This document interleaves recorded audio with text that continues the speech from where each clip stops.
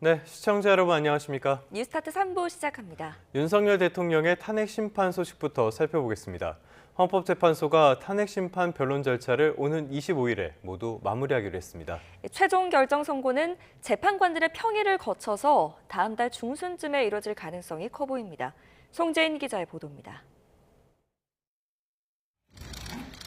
헌재는 윤석열 대통령 탄핵 심판 10차 변론을 마치면서 추가로 들어온 증인 신청을 모두 기각했습니다. 이에 따라 오는 25일 오후 2시에 열리는 11차 기일에서는 최종 변론 절차가 진행될 거라고 설명했습니다. 계엄 당일 밤 홍장원 전 국정원 1차장의 국정원 출입 기록과 CCTV 영상 등 이제까지 다루지 못한 증거 조사를 마친 뒤 양측 대리인단이 2시간 동안 탄핵 소추 사유를 둘러싸고 종합 변론을 진행할 예정입니다. 이후에는 이번 탄핵 심판의 당사자, 소추위원인 정청래 국회 법제사법위원장과 윤석열 대통령이 각각 최종 의견을 진술합니다. 소추위원과 피청구인 본인께 최종 의견 진술 기회를 드리는데 이때는 시간 제한을 하지 않겠습니다. 이로써 오는 25일 탄핵 소추안 의결 73일 만에 탄핵 심판 변론 절차도 모두 마무리됩니다. 이후에는 재판관들이 평의를 거쳐 판결을 내리고 결정문을 작성하는데 전례를 보면 2주가량이 소요될 것으로 보입니다. 다음 달 중순 선고가 유력한데 윤 대통령 측은 10차 변론 종료 직전 부정선거 의혹과 관련한 증인과 증거 채택 여부를 다시 한번 살펴봐달라고 재판부에 호소했습니다. YTN 송재인입니다. 어젠 한덕수 국무총리도 증인으로 출석했죠. 한 총리는 비상계엄 선포 직전에 열린 국무회의가 요건을 갖추지 못했다던 기존의 입장을 거듭 확인했습니다.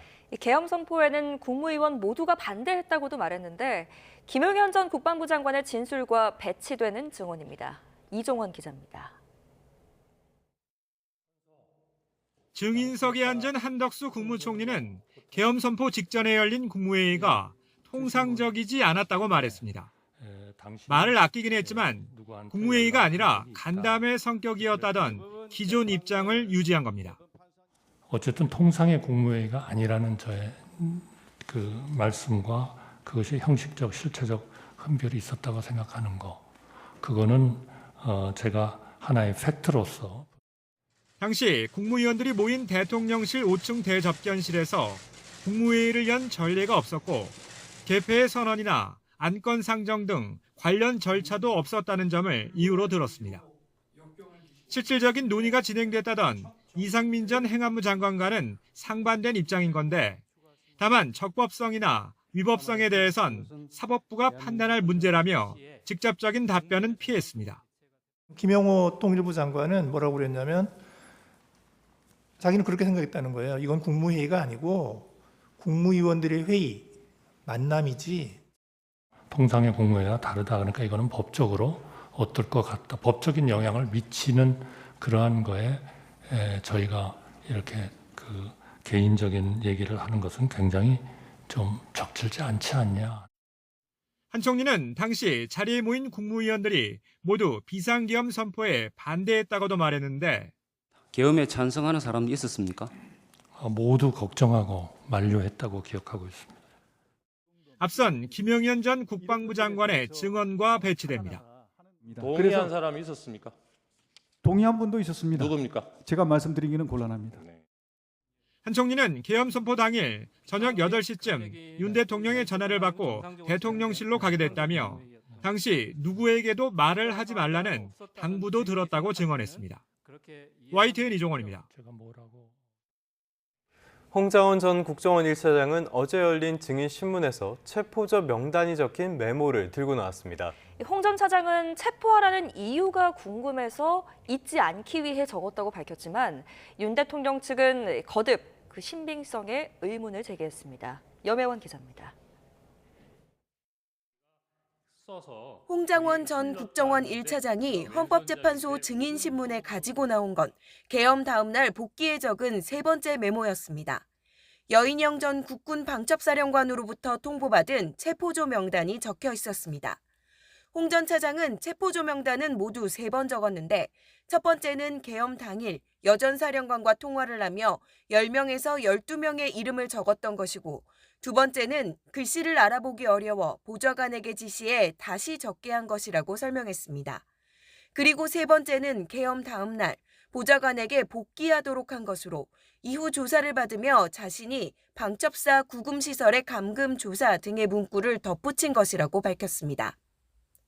또 방첩사에서 비상계엄의 기간 동안에 왜 이런 사람들을 체포하려고 했을까라는 궁금증이 있었고 이런 명단들에 대해서 좀 관심을 가져봐야겠다는 생각이기 때문에 나름대로 메모를 해서 이름들을 잊어먹지 않기 위해서 만들어 놓은 겁니다. 윤석열 대통령 측은 홍 전 차장이 정치적으로 활용하기 위해 메모를 작성한 것 아니냐고 반박했습니다. 또 보좌관에게 메모를 적게 한 이유 등을 캐물으며 신빙성에 의문을 제기했습니다. 하지만 홍 전 차장은 오히려 보좌관이 체포조 명단의 존재를 아는 증인이라고 말했습니다. 보좌관한테 정설한번 시키 천만다행이라고 생각합니다. 만약에 제가 혼자만 가지고 있었고 혼자만 썼다면 누가 제 말을 믿어주겠습니까? 윤 대통령은 홍 전 차장에게 전화해 싹 다 잡아들이라고 한 건 간첩이었다는 기존 주장을 되풀이했습니다. 계엄 선포를 다 하고 올라와서 전화를 한 이유는 간첩을 좀 많이 잡아 넣기 위해서 정보를 좀 경찰만 주지 말고 여기다가도 방첩사에도 주고 지원을 좀 해주라는 얘기를 이런 무슨 목적 없는 체포 지시로 해서. YTN 염혜원입니다. 윤 대통령 탄핵 국면 소식은 잠시 뒤에 조금 더 깊이 살펴보겠습니다. 이번에는 국제뉴스 짚어보겠습니다. 도널드 트럼프 미국 대통령이 취임한 지 이제 한 달이 됐습니다. 백악관은 트럼프 대통령이 미국의 회복 그리고 세계 평화를 실천하고 있다면서 자화자찬의 평가를 내놨는데요. 글쎄요, 얼마나 공감을 받을 수 있을지는 잘 모르겠습니다. 러시아의 푸틴 대통령과 중국의 시진핑 주석뿐 아니라 북한의 김정은과도 정면으로 맞설 수 있는 지도자는 트럼프 대통령뿐이라고 추켜 세우기도 했습니다. 워싱턴 홍사기 특파원입니다. 백악관은 트럼프 대통령이 취임 한 달 만에 73개의 행정명령에 서명했다고 밝혔습니다. 조 바이든 대통령의 2배, 버락 오바마 대통령보다 4배 많은 행정명령으로 미국 우선주의를 실천하고 있다고 평가했습니다. These executive orders have ended burdensome regulations, sealed the border, cut waste, fraud, and abuse, reinstituted America First trade and foreign policies. 트럼프 대통령이 포문을 연 관세 전쟁에 대해서도 호혜적 무역을 실현하고 있다고 평가했습니다. It turns out that Americans have been disadvantaged by foreign governments over and over. Last year we have data. U.S. companies paid $370 billion in taxes to foreign governments. $370 billion. Last year, foreign multinationals paid us $57 billion in taxes. 우크라이나 종전 협상으로 트럼프 대통령이 4년 동안 이어진 전쟁을 멈출 것이라고 강조했습니다. 러시아, 중국 지도자는 물론 북한 김정은과 맞설 사람은 트럼프밖에 없다며 최고의 협상가라고 추켜 세우기도 했습니다. There's anybody in this world that can go toe-to-toe with Putin, that could go toe-to-toe with Xi, that could go toe-to-toe with Kim Jong-un, and we could keep going down the list. It's Donald J. Trump. He is the deal maker in chief. 백악관은 트럼프 대통령이 오는 24일 마크롱 프랑스 대통령, 27일엔 키어 스타머 영국 총리와 정상회담에 나선다고 밝혔습니다. 왈츠 보좌관은 북대서양 조약기구, 나토 회원국들이 오는 6월까지 국내 총생산의 2%를 방위비로 내야 한다고 강조해 방위비 증액 문제도 논의될 것으로 전망됩니다. 트럼프 대통령은 다음 주 잇따라 열리는 정상회담에서도 우크라이나 종전 협상과 상호 관세 등 자신이 현재 드라이브를 걸고 있는 주요 의제에 집중할 것으로 보입니다. 워싱턴에서 YTN 홍상입니다. 오늘의 경제 일정입니다. 연초부터 수출이 흔들리고 있죠. 관세청이 이번 달 들어 22일까지 수출입 현황을 오늘 발표합니다. 지난달 우리나라의 수출은 지난해와 비교해서 10.2% 줄어든 491억 달러를 기록했는데요. 16개월 만에 감소세로 돌아선 결과입니다. 1월 수입도 6.4% 줄어든 510억 달러를 나타냈고요. 무역 수지는 19억 달러 적자를 기록했습니다. 조선사도 빈익빈 부익부 양극화입니다. 정부가 중국 조선업계의 저가 공세와 또 원자재 가격 상승에 고전하고 있는 중형 조선사들의 어려움 해결을 위한 간담회를 개최하는데요. 지난해 국내 중형 조선 4사의 수주 실적은 한 해 전에 비하면 21% 줄었습니다. 기후변화에 흉작도 잇따르고 있습니다. 정부는 농업인이 기상재해에 대비할 수 있도록 돕는 농업기상재해 조기경보 알림 서비스를 오늘부터 농업이지를 통해 제공합니다.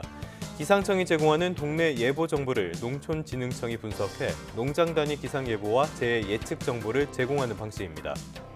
자동차 번호판 봉인제가 오늘부터 폐지됩니다. 제도 시행 63년 만인데요. 차량 등록 절차도 간소화되고 무엇보다 봉인이 훼손돼도 번호판 재발급을 위해 차량 등록 사업소를 직접 방문하지 않아도 됩니다. 차량 말소 시 봉인을 반납하는 절차도 또 봉인 미부착 운행으로 부과되던 과태료와 벌금도 사라집니다. 최근 온라인 동영상 서비스, OTT 등의 회원권 계정을 공유할 수 있도록 고객끼리 연결해주는 플랫폼이 늘어나면서 관련 피해도 발생하고 있는 것으로 조사됐습니다. 한국소비자원은 최근 3개월 동안 1372 소비자상담센터와 소비자원의 계정 공유 서비스 관련 상담이 174건 접수됐다고 밝혔습니다. 또 이 가운데 93.7%가 쉐어풀이라는 업체에서 발생했다며 주의를 당부했습니다.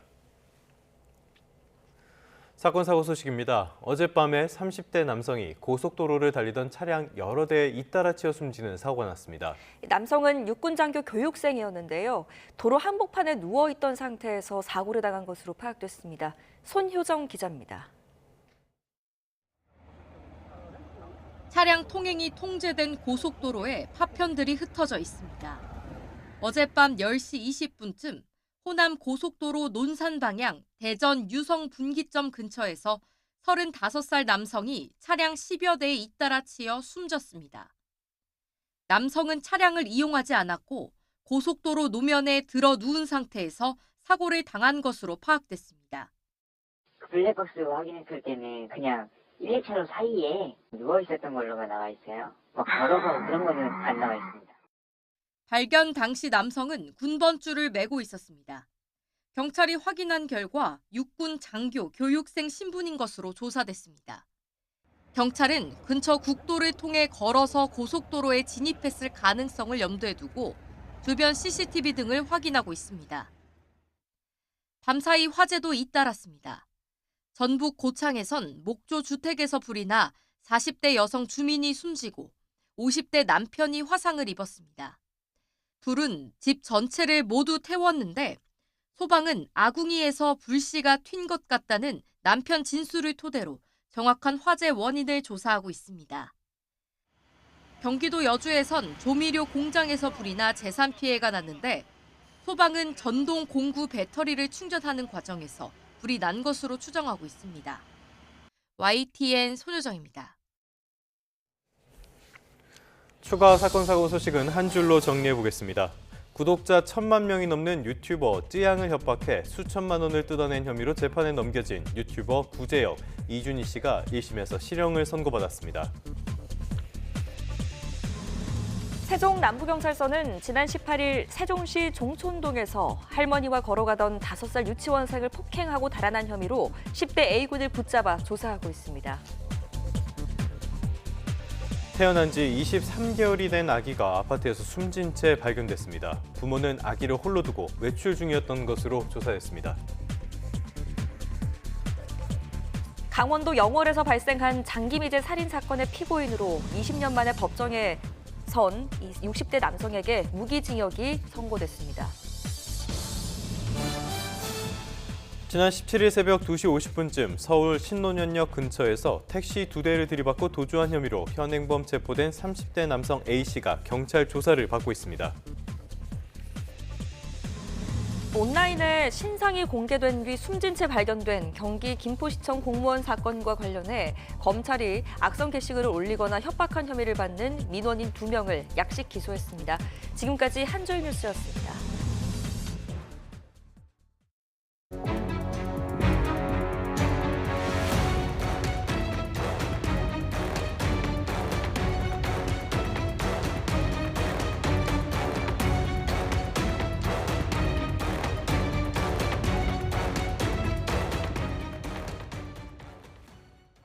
마무리 단계에 접어든 윤석열 대통령 탄핵 심판 소식 전문가와 함께 깊게 들어가 보겠습니다. 네, 오늘은 손정혜 변호사와 함께하겠습니다. 어서 오십시오. 어서 오십시오. 안녕하세요. 어제 10차 변론 기일이 진행이 됐어요. 이게 이제 거의 마무리 단계에 접어들었고요. 25일 최종 변론만 남았습니다. 어제 전반적인 총평을 하신다면 어떻게 하시겠습니까? 네, 어제의 증인 같은 경우는 대통령 측에서 강력하게 신청했던 증인들이고 반드시 소환을 통해서 법정에서 그 증언을 현출할 필요성이 있다라고 알려진 3명에 대한 증인신문 과정이 진행이 됐습니다. 다소 중요한 부분에 대한 질의사항이 준비되어 있었던 상황이고 재판부들도 핵심적인 상황에 대해서 직권으로 신문하는 과정을 통해서 객관적인 진실을 찾기 위해서 양쪽에서 노력을 했다 이렇게 평가를 할 수 있을 것 같고요. 다만 한덕수 총리와 관련한 증인신문은 익히 이제 외부를 통해서 국회 진술로 통해서 알려진 사실 이외에 뚜렷하게 새로운 사실관계가 확인된 점은 없다. 국무회의를 실제 개최했는지 그 형식적 실체적 적법성과 관련해서는 또 사법기관의 판단을 맡기겠다라고 판단을 어느 정도는 유보하는 입장을 보였기 때문에 증인신문 과정에서 핵심적인 부분을 추출해내기는 어려웠던 사정이 엿보였고요. 조지호 청장도 마찬가지로 가장 핵심적인 질문에 대한 질문은 상당 부분 회피하거나 사실관계에 답변하지 않고 형사재판을 이유로 답변하지 않겠다 이런 태도를 보임으로 인해서 증인신문을 통해서 구체적인 사실이 새롭게 추가되거나 새롭게 알려진 바는 없고 다만 이제 검찰 조서의 내용과 관련해서 이 내용을 그대로 진술하고 기억대로 진술했다는 점, 본인이 서명 날인했다라는 점, 그리고 굉장히 많은 수사기관에서 수사를 받았고 그 수사와 관련해서 본인 입장은 그러하다는 점을 이제 확인함으로 인해서 이 재판관들이 가지고 있는 조서의 신빙성을 굉장히 높여주는 절차였다라고 보시면 될 것 같고요. 아울러서 홍장원 증인과 관련해서는 대통령 측이 증인 신청한 주된 목적은 신빙성을 낮추고 그렇죠. 홍장원 전 차장이 해임이나 다른 개인적인 목적으로 허위 진술을 했다라는 점을 강화하기 위한 증언이었는데 그 점과 관련해서는 거짓말이다라고 재차 피청구인 측에서 강조를 했고 홍장원 전 차장은 그렇지 않다. 본인은 객관적인 사실을 진술하고 있다라는 취지로 답변하고 돌아갔습니다. 네, 어제 탄핵심판 변론기일에 대해서 총평을 해주셨는데 3명의 증인의 증언에 대해서 이제 한 명 한 명 좀 짚어보도록 하겠습니다. 먼저 조지호 전 경찰청장 증언부터 좀 짚어볼 텐데 역시 본인의 형사재판을 이유로 들면서 제대로 증언을 하지 않았습니다. 이게 법적으로 진짜 이 탄핵심판에서 증언한 내용이 형사재판에도 영향을 미치기도 합니까? 어제 기본적인 진술의 태도는 형사사건과 관련한 본인의 공소장에 기재된 공소사실과 연관된 구체적인 사실과 관련해서는 답변하지 않겠다라는 진술 거부를 했다라고 볼 수 있을 것 같은데요. 그러면서도 현재 변호인과 관련된 공소사실과 관련해서 구체적인 어떤 의견 취합이나 그 정리를 하지 못했다라고 이야기를 하고 특히 수사 기록을 아직 열람 복사해보지 않아서 어느 사실을 인정하고 어느 사실을 부인할지 유무죄와 관련해서 명확하게 정리되지 않은 입장을 가지다 보니까 전체 취지를 부인하는 입장을 고수를 했고요. 국회 측에서 13만 경찰이 수장이고 그냥 객관적으로 알고 있는 기억을 진술하면 될 것인데 왜 공소사실 여부에 따라서 어떤 질문은 답을 하고 어떤 질문은 답변하지 않느냐를 지적했음에도 불구하고 이 형사재판에서 관련된 사실을 정리하고 거기서 내 입장을 정리하겠다라는 취지로 진술을 회피했는데 구체적인 어떤 사실이 본인의 유무죄 판단에 굉장히 중요한 사실관계가 될지 아닐지는 사실은 최종적으로 입장을 어느 정도 기록을 검토해서 변호인과 상의할 문제이기 때문에 특히 증거동의 여부가 아직 결정되어 있지 않기 때문에 본인에게 불리할 요소가 있는 것을 전부 제거했다 이렇게 보실 수 있을 것 같습니다. 뭐 아무래도 그 각각의 입장에서는 탄핵 심판보다 본인의 형사 재판이 훨씬 더 중요할 테니까 어느 정도 그런 측면이 있는 것 같은데 앞서도 이렇게 형사 재판을 이유로 진술을 거부한 증인들이 있었잖아요. 이럴 때 재판부는 이 부분이 꼭 필요하다라고 생각하면 어떤 식으로 판단하게 됩니까? 일단 재판관들이 법정 증언을 통해서 구체적인 사실관계를 파악했더라면 훨씬 더 어떻게 보면 사실관계를 파악하는 데 도움이 됐겠지만 그런 증인의 증언이 없다고 하더라도 지금까지 수많은 증거를 종합적으로 판단해서 그 당시에 진실이 무엇인지 사실관계가 무엇인지를 판단할 수 있습니다. 관련해서 조지호 청장이 구체적인 증언을 하지 않고 진술을 하지 않는다고 하더라도 네.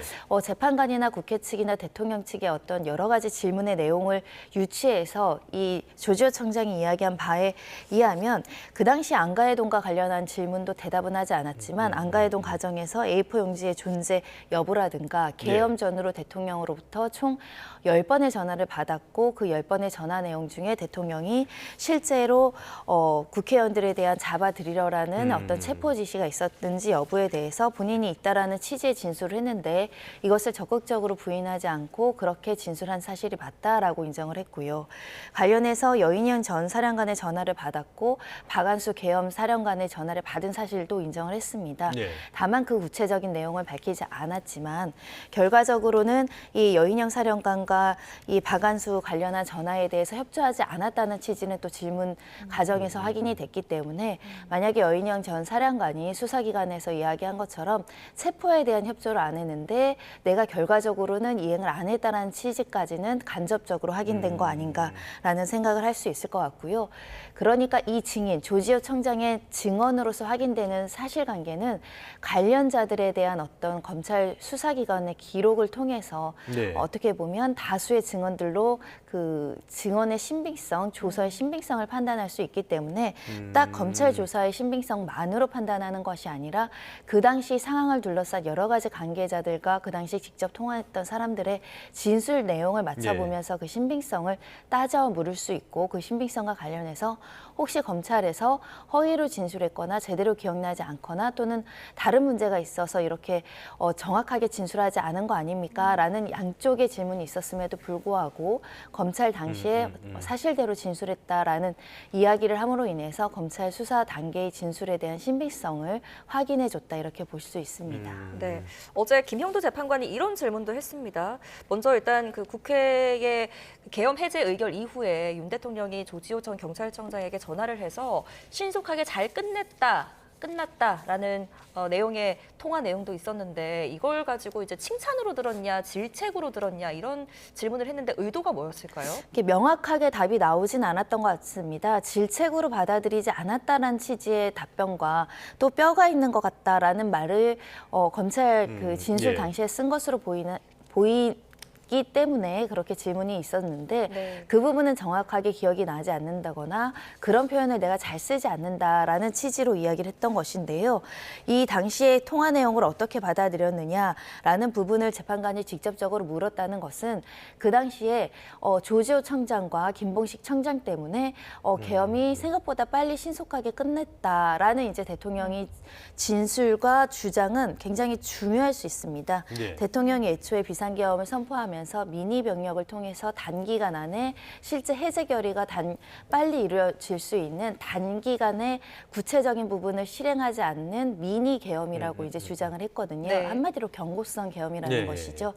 그런 측면에서 대통령이 애초부터 비상계엄을 그렇게 단시간 안에 신속하게 빨리 끝내려는 목적 하에서 이 부분에 대한 지시가 있었다라고 한다면 그런 부분에 대한 지시가 모처에 다른 사람들에게 이제 하달이 될 가능성이 있는데 그 당시에 대통령이 이 비상계엄 빨리 끝내게 국회의원을 출입시켜줘라고 했다면 대통령의 주장이 강화되는 것이고 다만 이 빨리 신속하게 잘 끝났다라는 취지가 나는 조금 더 시간을 벌고 그 국회 해제 결의를 국회의원들이 의결권 행사하는 것을 방해하기 위해서 국회를 봉쇄하고 출입을 제한해서 상당 시간 더 진행할 의사가 있었으나 내 계획이 실행되지 않고 경찰청장이 협조하지 않아서 그걸 경찰 덕분에 신속하게 끝냈다라고 한다면 이건 국회 측의 어떤 주장에 또 뒷받침되는 정황이거든요. 그러니까 사실상 그 당시 대통령의 인식이 어떠했는가를 단적으로 보여주는 통화 내용이기 때문에 덕분에 잘 끝났다라는 게 대통령이 의도한 대로 신속하게 끝나서 칭찬한 것이냐 아니면 경찰이 할 일을 제대로 못하고 명령을 제대로 수행하지 않아서 이런 결과가 야기한 부분에 대한 질책이냐라는 것이 함축적인 의미인데 이 부분 관련해서 조지호 청장은 질책으로는 받아들이지 않았다라는 취지로 답변한 것으로 보입니다. 그러니까 잘했다. 잘했다. 이 뉘앙스가 다르다. 이게 굉장히 중요하게 작용을 할 수도 있을 것 같습니다. 다음 증인으로 한번 가보도록 할게요. 홍장원 전 국정원 1차장. 논란을 빚고 있는 세 번째 메모, 이거를 직접 가지고 왔어요. 이 세 번째 메모, 이 부분에 대해서 일단 설명 부탁드리겠습니다. 그렇습니다. 명단이 여러 개가 있다. 체포와 관련한 메모가 수에 작성이 됐다라는 점은 이제 알려진 바 있고, 그와 관련해서 엄본이 존재하느냐, 어떤 메모가 실제와 가깝느냐, 예. 그 메모를 여러 개를 작성한 경위는 어떠한가를 둘러싸서 이 홍 차장의 진술의 신빙성과 관련해서 굉장히 공방이 깊었습니다.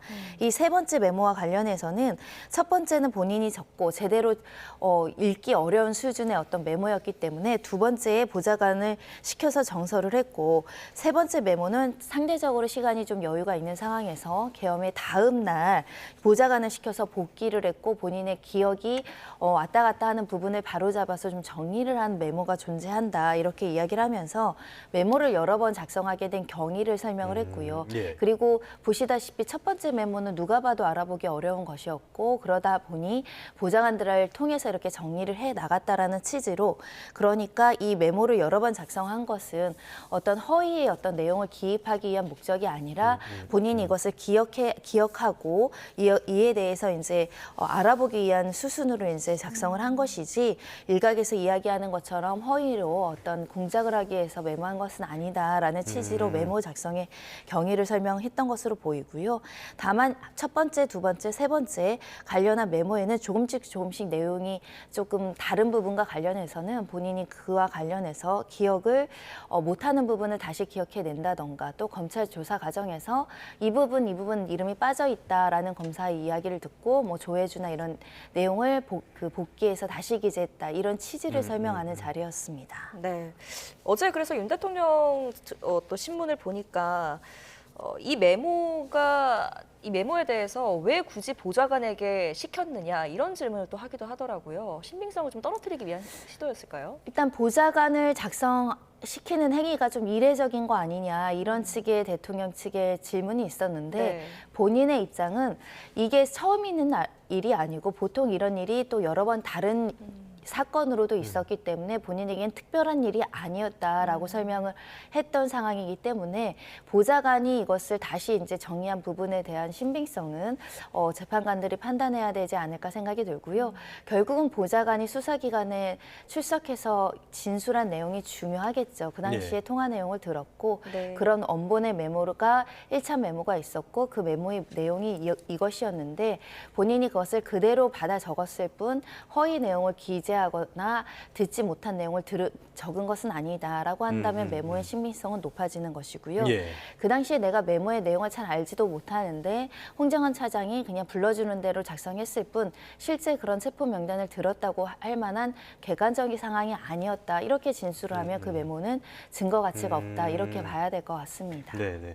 이 증거 가치를 둘러싼 신경전 계속 이어질 것으로 보이는데요. 여인현 전 사령관의 위치 추적 요청과 관련해서 검거, 체포였다라는 점을 다시 한번 분명하게 하긴 했어요. 네, 대통령도 직접 법정에서 위치 추적 요청은 잘못된 일이다라고 이제 확인을 한 만큼 위치 추적 요청이 있었던 것까지는 확인되는 그렇네요. 양쪽의 다툼 없는 사실로 정리할 수 있을 것 같습니다. 다만 위치 추적 요청이 대통령 측 입장은 특정 요인들에 대해서 체포를 하기 위한 목적으로 위치 추적을 하는 것이 아니고, 특히 구금될 장소로서 방첩사의 구금시설에 구금하라는 명령을 내린 바 없다는 게 대통령 측의 입장입니다.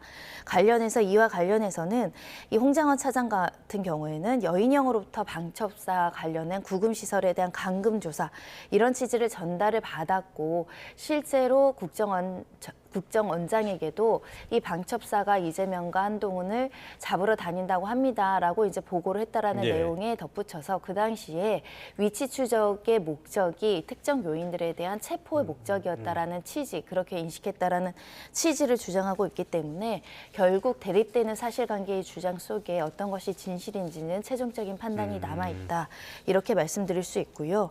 대통령 측에서는 우리는 체포 지시를 하지 않았고 그런 체포 명단을 불러주지 도와주지 않았고 이 방첩사를 통해서 간첩 업무에 대한 업무 지원을 하라는 취지인 목적어가 없음에도 불구하고 이렇게 정치인들을 체포하라는 체포 지시 명단으로 어떻게 보면 허위 주장을 하는 거다 이렇게 이야기를 하면서 그 근거로는 그 당시 내가 여인형과 관련해 가지고 육사 선후배니까 잘 지원하라는 이야기를 하지 않았느냐 재차 물었으나 홍장원 차장은 그런 이야기를 들은 바 없다. 이 부분도 서로 너무 엇갈리는 것이죠. 특히 대통령이 직접 질문했다는 점에서 유의미한데 그러니까 직접 의견을 밝힌 부분입니다. 이 관련해서 대통령 측에서는 그러니까 결국 여인형 전 사령관에 대한 방첩사의 업무를 지시하라는 거지 그 당시에 특정 요인을 체포하는 데 지원하라는 건 아니지 않느냐. 그런 취지로 홍장원이 거짓말을 한다라는 점을 다시 강조를 했고 그런 홍장원 국정원 1차장이 그동안 대통령과 관계가 우호적이거나 원만했던 것으로 보이는데 갑자기 왜 대통령을 모함하고 공작을 하는가에 대한 의문이 제기될 수 있지 않습니까? 그 부분 관련해서 대통령은 홍장원 국정원 차장이 비상계엄 이후에 해임 절차, 해임이 되다 보니까 거기에 대해서 이제 부정적인 감정, 악감정으로 이렇게 나한테 체포 지시 명단이라고 어떻게 보면 죄를 뒤집어 씌우는 거 아니냐라는 주장도 개진이 됐었습니다. 어제 홍장원 전 국정원 차장에 대해서 증언을 좀 보니까요. 앞선 변론기일에서 했던 증언과 좀 다른 부분이 변경된 부분이 있더라고요. 메모 작성의 시점과 또 장소에 대해서 증언이 좀 바뀌었습니다. 이게 좀 재판 결과에 또 어느 정도 영향을 미칠 수 있을까요? 네, 대통령 측 대리인단이 어떻게 장소를 헷갈릴 수 있느냐, 도저히 믿을 수 없다 이렇게 이제 주장을 하는 것으로 보입니다. 그런 과정에서 CCTV에 관한 이 국정원의 CCTV에 대한 어떤 증거 제출에 대한 명령까지 지금 증거 조사가 추가적으로 이루어지고 있는 상황이기 때문에 실제 시간과 장소는 객관적 물증인 CCTV를 통해서 확증될 것으로 보입니다. 다만 홍장원 전 차장은 이런 취지의 진술을 하고 있습니다. 그 당시 이제 기억이 완전치 않았기 때문에 시간과 장소에 대해서 다소 혼동이 있었다. 이런 취지의 주장을 했던 부분이 있어서 사람에 따라서는 완벽하게 기억을 구현하거나 재현하는 데 조금 오류가 발생할 여지가 있습니다. 어제 조지호 청장도 구체적인 사실관계를 물어보는데 우리가 어떤 사실을 이야기할 때 녹화된 것처럼 이야기할 수는 없습니다. 기억을 다 할 수는 없습니다. 기억이 나지 않을 수 있습니다. 이렇게 이야기하는 것을 중복적으로 봤을 때 어떤 진술을 했을 때 이 명확하게 기억을 해내는 것이 어려워서 다소 시간과 장소를 헷갈릴 여지는 있습니다. 그런 측면은 이제 받아들여줘야 될 것 같고 다만 대통령 측에서는 그래도 주요 사실에 대한 증언인데 장소를 헷갈린다는 부분에 있어서는 그 기억이 오류가 있거나 나아가서는 허위 진술을 적극적으로 하는 거 아니냐라는 요소로 강조하고 있기 때문에 그 CCTV 내용을 전부 돌려보고 장소를 혼동할 수 있는 상황이었느냐, 급박한 사정이었느냐 그런 부분에 대한 확인이 필요할 것 같습니다. 뭐 당일의 절차 같은 것들을 생각을 해보면은 뭐 저 같은 경우에는 어제 했던 말도 잘 기억이 안 나니까요. 그럴 수도 있을 것 같기도 하고요. 아무튼 이 부분에 대한 논란은 계속 이어질 것으로 보입니다. 다음 증인으로 한번 넘어가 보도록 할게요. 한덕수 총리 어제 증인으로 출석을 했습니다. 계엄에 절차적인 문제가 있었다라는 주장을 계속해왔는데 어제도 이 주장은 바뀌지 않은 것 같아요. 어떻게 보셨습니까? 네, 주장은 일관되게 유지되는 측면이 있지만 다소 좀 완화되거나 대통령 측에 좀 우호적으로 진술하려는 태도는 읽혔습니다. 왜냐하면 단정적으로 실체적, 절차적 흠결이 지대했다라는 표현을 쓰지 않고 그 평가는 사법부가 할 것이다라는 취지로 보류하는 의견을 제시하기도 했었는데요. 그럼에도 불구하고 관련한 국무회의가 통상의 절차를 따르지 않았고 통상적인 모습은 아니었다라는 취지로 진술한다던가 수사기관에서 이건 국무회의가 아니라 국무위원들이 간담회라고 말한 사실이 있는데 맞습니까? 라는 부분에 또 적극적으로 부인하지 않았기 때문에 그간의 한동훈 총리의 기본적인 주장과 관련해서 개의나 폐해도 없었고 통상의 회의의 모습이 아니었고 절차적인 흠결이 있었다라는 부분은 일관되게 주장이 유지될 것으로 보입니다. 네, 절차적인 과정에서 흠결이 있었다고는 했지만 또 윤 대통령이 계엄을 좀 할 수밖에 없었던 국가 비상사태에 대한 어떤 뒷받침할 수 있는 주장도 나왔던 것 같아요. 예, 그렇습니다. 사실상 정치적인 쟁점과 관련해서 야당의 횡포 그리고 야당의 그간의 여러 가지 정치적인 행위를 비판하는 자리가 된 측면이 있습니다. 특히 네. 국회 측의 초반에 조된 질의 목적은 그 당시에 야당이 예산안을 삭감해서 실제로 수사기관이 수사를 제대로 못한다거나 관련된 정보부처에서 업무가 기능이 마비된다던가 재난 관련한 예비비가 삭감됨으로 인해서 행정기능에 지대한 어떤 위기의식이 있지 않았느냐라는 취지의 주장과 관련해서 대통령 측 질문에 긍정적, 능동적으로 답하는 질문들이 이어졌거든요. 네. 결국은 그 당시에 대통령으로서 비상계엄을 선포할 만한 상황이었고 위기였고 대통령 입장에선 행정기능이 마비됐다라고 생각할 수 있는 요소가 있지 않았느냐를 국정서열 2인자인 국무총리 2부를 통해서 다시 한번 사실관계를 확인하고 이 입증 취지를 강화하는 자리였다라고 해석을 하고 있습니다.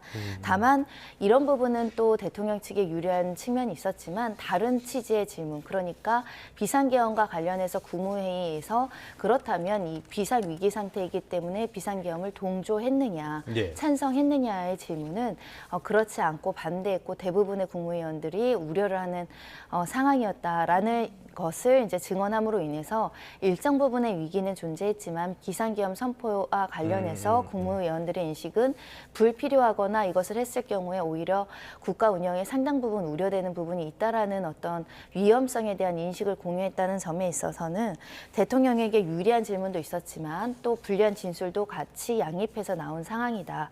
이렇게 말씀드릴 수 있습니다. 네. 알겠습니다. 이 예산 문제 관련해서 국회 측은 깎이지 않은 예산을 야당이 깎은 것처럼 주장을 했다라고 해명을 하기도 했는데 어떻게 평가할지는 시청자분들에게 맡기도록 하겠고요.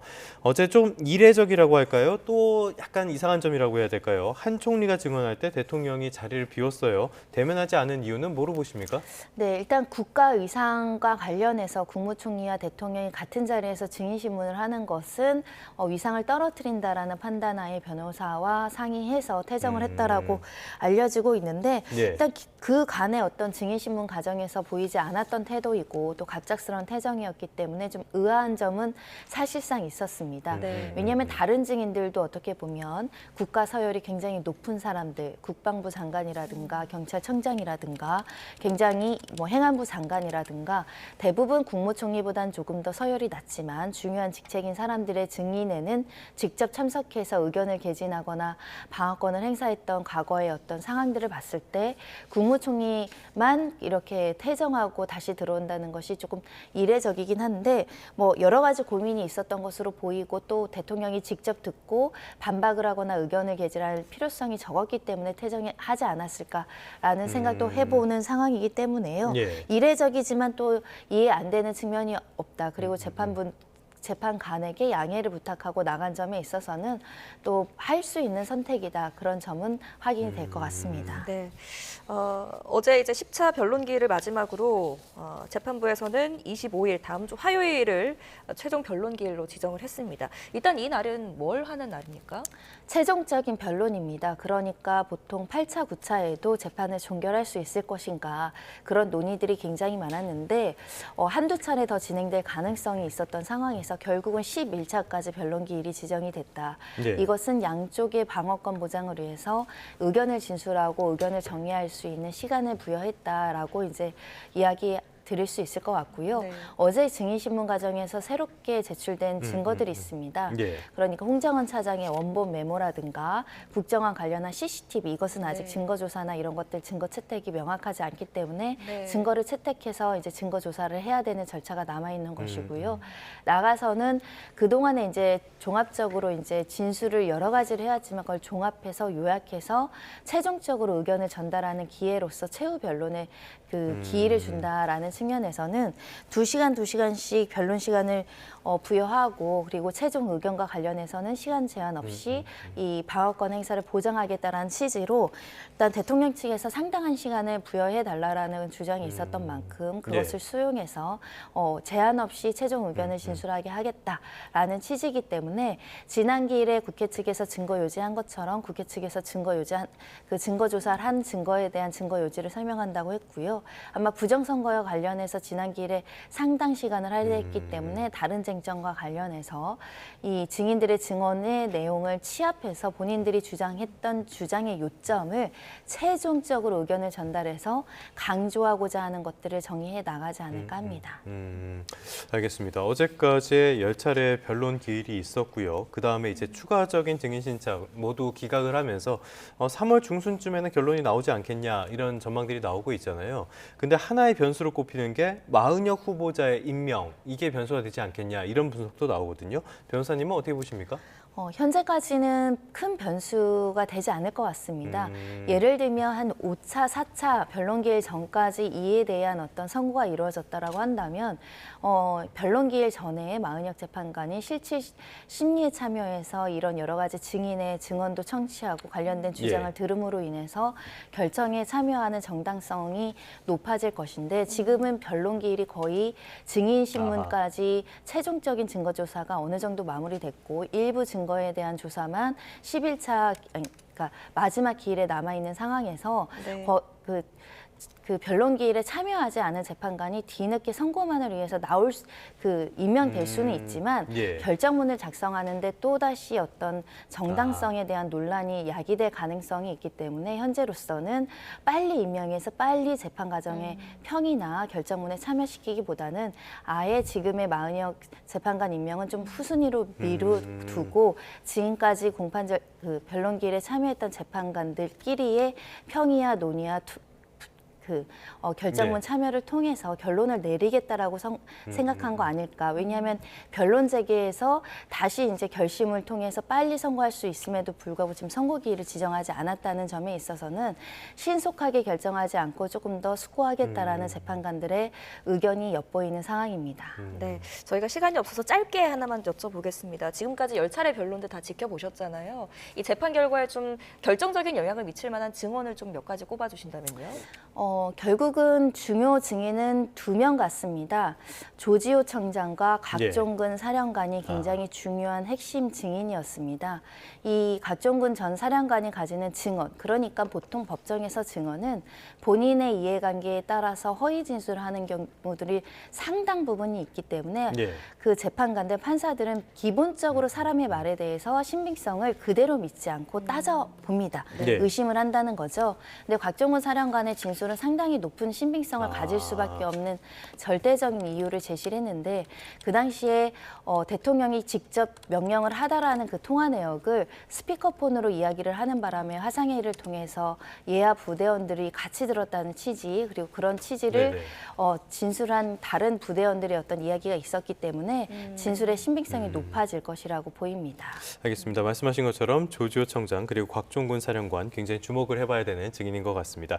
지금까지 손정혜 변호사와 함께 깊이 있는 논의 나눠봤습니다. 오늘 말씀 고맙습니다. 잘 들었습니다.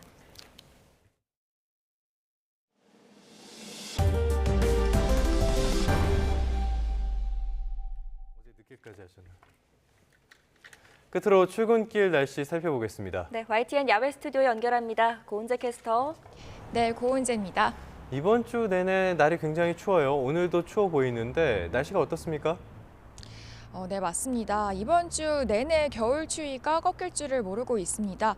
주말을 하루 앞둔 오늘도 아침 공기가 무척 차가운데요. 현재 서울 기온은 영하 6도 안팎, 체감 온도는 영하 9도 안팎까지 떨어져서 어제 같은 시각과 비슷합니다.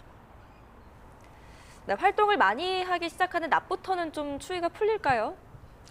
아쉽게도 아닙니다. 오늘 한낮에도 체감온도는 영하권에 머물면서 종일 춥겠는데요. 특히 해가 지는 퇴근길 이후에는 칼바람이 더 강해지겠습니다. 오늘 늦은 시간까지 외출하는 분들 많으실 텐데요. 이렇게 종일 이어지는 추위에 대비해서 따뜻한 옷차림 해주셔야겠습니다. 2월 하순에 접어들었지만 여전히 계절은 겨울에 머물고 있습니다. 중부 내륙과 경북 북부를 중심으로는 한파특보가 내려진 가운데 특보 지역에서는 오늘도 영하 12도 이하의 맹추위가 기승을 부리고 있고요. 그 밖의 지역에서도 서울 영하 6.1도, 대전 영하 6.5도 등 어제와 비슷한 정도의 추위가 나타나고 있습니다. 한낮에도 서울이 2도, 광주 4도, 대구 5도에 그치겠고 찬바람의 체감온도는 3도에서 4도가량 더 낮겠습니다. 오늘도 하늘은 대체로 맑겠습니다. 아침까지 충청 이남 서해안과 제주 산간에만 눈이 날리는 곳이 있겠는데요. 이 건조함을 해소해줄 정도의 눈비 소식은 없는 가운데 차고 건조한 바람이 불어대면서 대기가 무척 메말랐습니다. 연일 곳곳으로 건조특보가 확대되는 가운데 건조경보가 내려진 동해안 지역에는 산불 위기경보가 주의 단계로 격상됐습니다. 이 주말과 휴일도 대부분 지역은 맑은 만큼 산에 가신다면 불씨 관리 잘 해주셔야겠고요. 반면 충청 이남 서해안과 제주도에는 눈비가 내리겠습니다. 날씨는 주말까지도 오늘처럼 춥겠습니다. 한 주 내내 찬 공기가 쌓인 가운데 북서쪽에서 한기가 계속해서 남하하고 있습니다. 이 추위는 다음 주 초부터는 풀리겠지만 주말과 휴일까지는 계속해서 보온과 함께 면역력 관리에 신경 써주셔야겠습니다. 지금까지 서울 상암동에서 YTN 고은재입니다. 2월 21일 뉴스타트 마무리하겠습니다. 출근길 옷차림 따뜻하게 챙겨 나오시기 바랍니다. 시청해주셔서 고맙습니다.